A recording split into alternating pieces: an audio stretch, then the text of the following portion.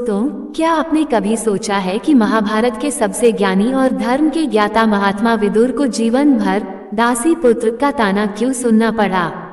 आखिर ऐसा क्या कारण था कि जिनके पास बड़े बड़े राजकुमारों से भी ज्यादा ज्ञान था, उन्हें एक साधारण दासी के गर्भ से जन्म लेना पड़ा?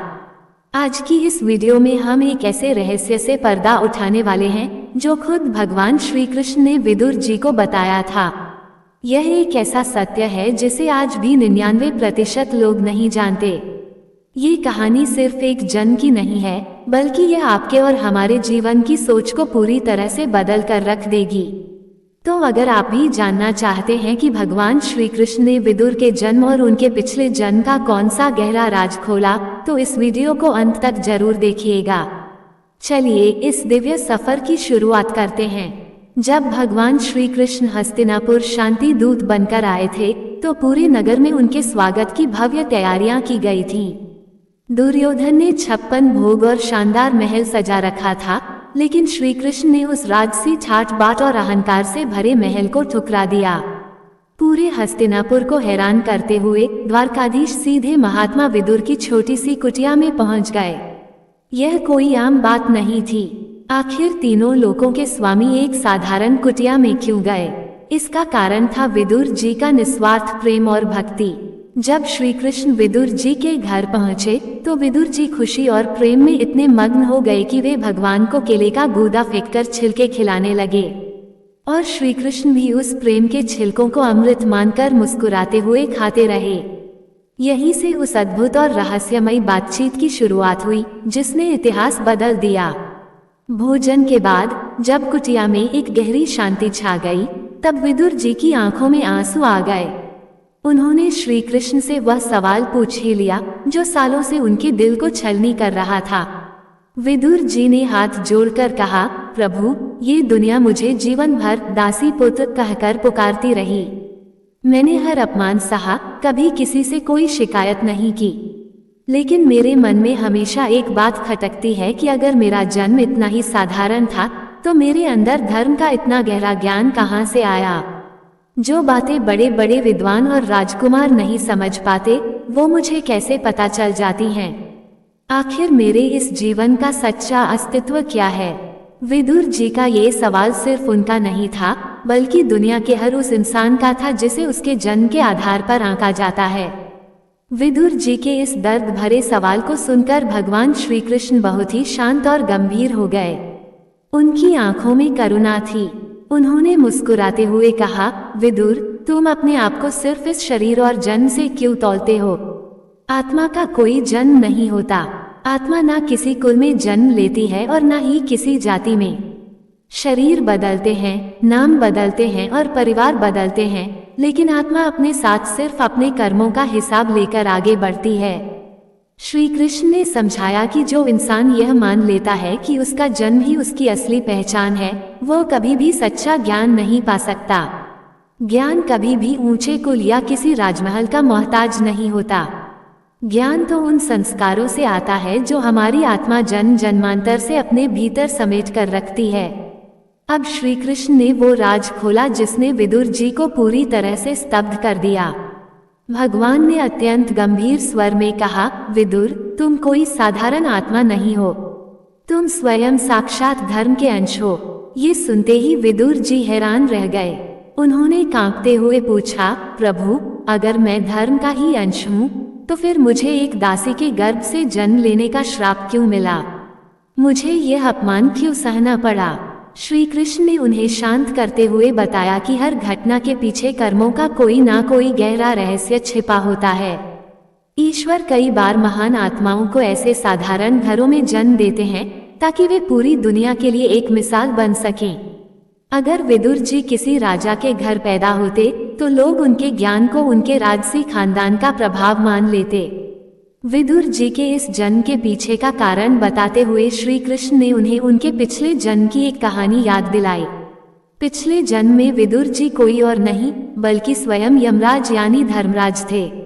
एक बार महर्षि मांडव्य नाम के एक महान तपस्वी पर चोरी का झूठा आरोप लग गया और राजा ने बिना पूरी जांच किए उन्हें सूली पर चढ़ाने का भयानक दंड दे दिया।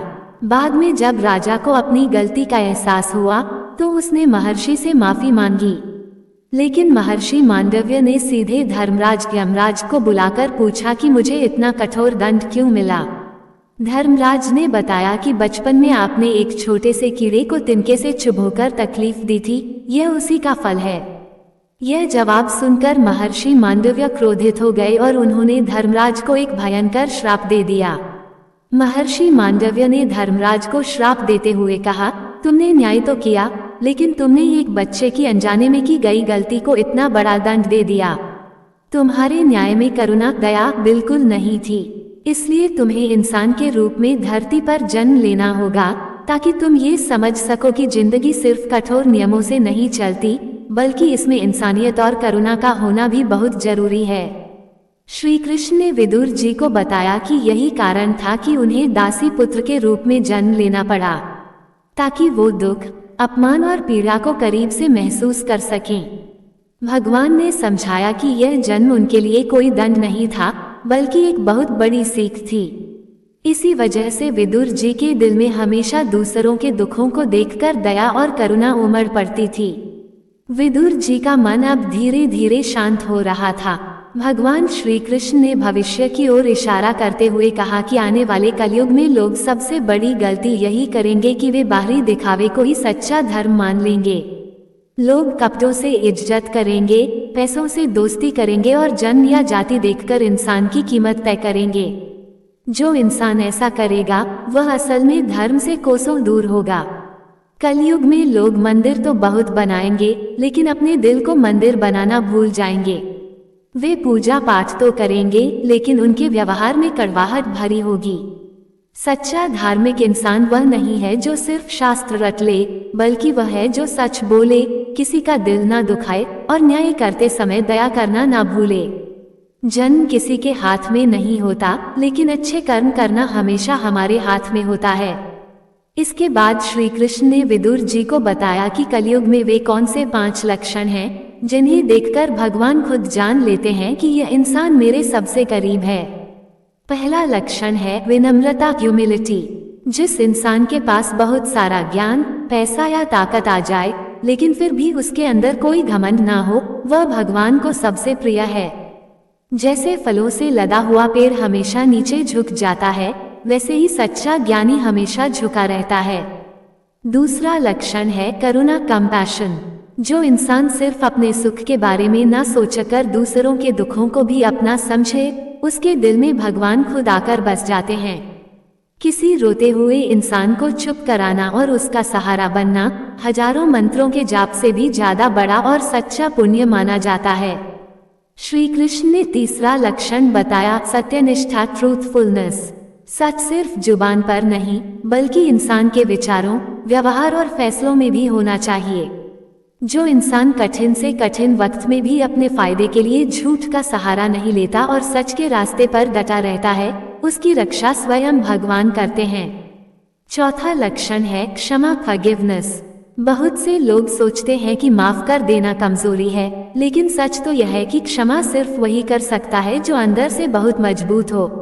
हर अपमान का जवाब गुस्से से देने वाला अपने मन का गुलाम होता है, लेकिन जो सही वक्त पर सामने वाले को माफ कर दे, वह असल में अपने मन का राजा बन जाता है।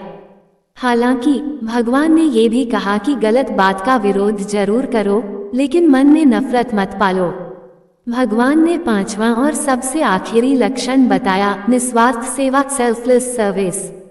जो इंसान बिना किसी मतलब या दिखावे के दूसरों की मदद करता है, वह भगवान के सीधे संपर्क में होता है। सेवा का मतलब सिर्फ पैसे बांटना नहीं है, किसी निराश इंसान को हिम्मत देना, मीठे बोल बोलना और किसी भूखे को खाना खिलाना भी सबसे बड़ी सेवा है। जो इंसान दिखावे के लिए दान करता है, उसका पुण्य वहीं खत्म हो जाता है, लेकिन जो गुप्त रूप से भलाई करता है, भगवान खुद उसके साक्षी बनते हैं। श्री कृष्ण ने विदुर जी को समझाया कि इंसान महान अपने जन्म, कुल या जाति से नहीं बनता, बल्कि वह अपने चरित्र, कर्म और दूसरों के प्रति अपनी करुणा से महान बनता है। ये सुनकर विदुर जी के दिल से जीवन भर का सारा दर्द और बोझ हमेशा के लिए उतर गया। दोस्तों, विदुर जी और भगवान श्री कृष्ण का यह अद्भुत संवाद हमें ये सिखाता है कि हमारी असली पहचान हमारा जन्म नहीं बल्कि हमारे कर्म है।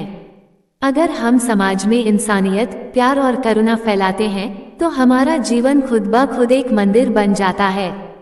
ईश्वर की नज़र में ना कोई ऊंचा है ना कोई नीचा, वहाँ सिर्फ आपके भाव और आपके कर्मों का हिसाब होता है। तो आज से ही यह संकल्प ले कि हम किसी भी इंसान को उसके बाहरी दिखावे या जन्म से नहीं बल्कि उसके चरित्र और व्यवहार से सम्मान देंगे। आपको ये कहानी कैसी लगी? क्या आपने भी कभी किसी को दिखावे के आधार पर जज किया है? कमेंट्स में अपनी राय जरूर बताएं। अगर वीडियो अच्छी लगी हो तो इसे लाइक करें, अपने दोस्तों के साथ शेयर करें और हमारे चैनल को सब्सक्राइब करना बिल्कुल ना भूलें।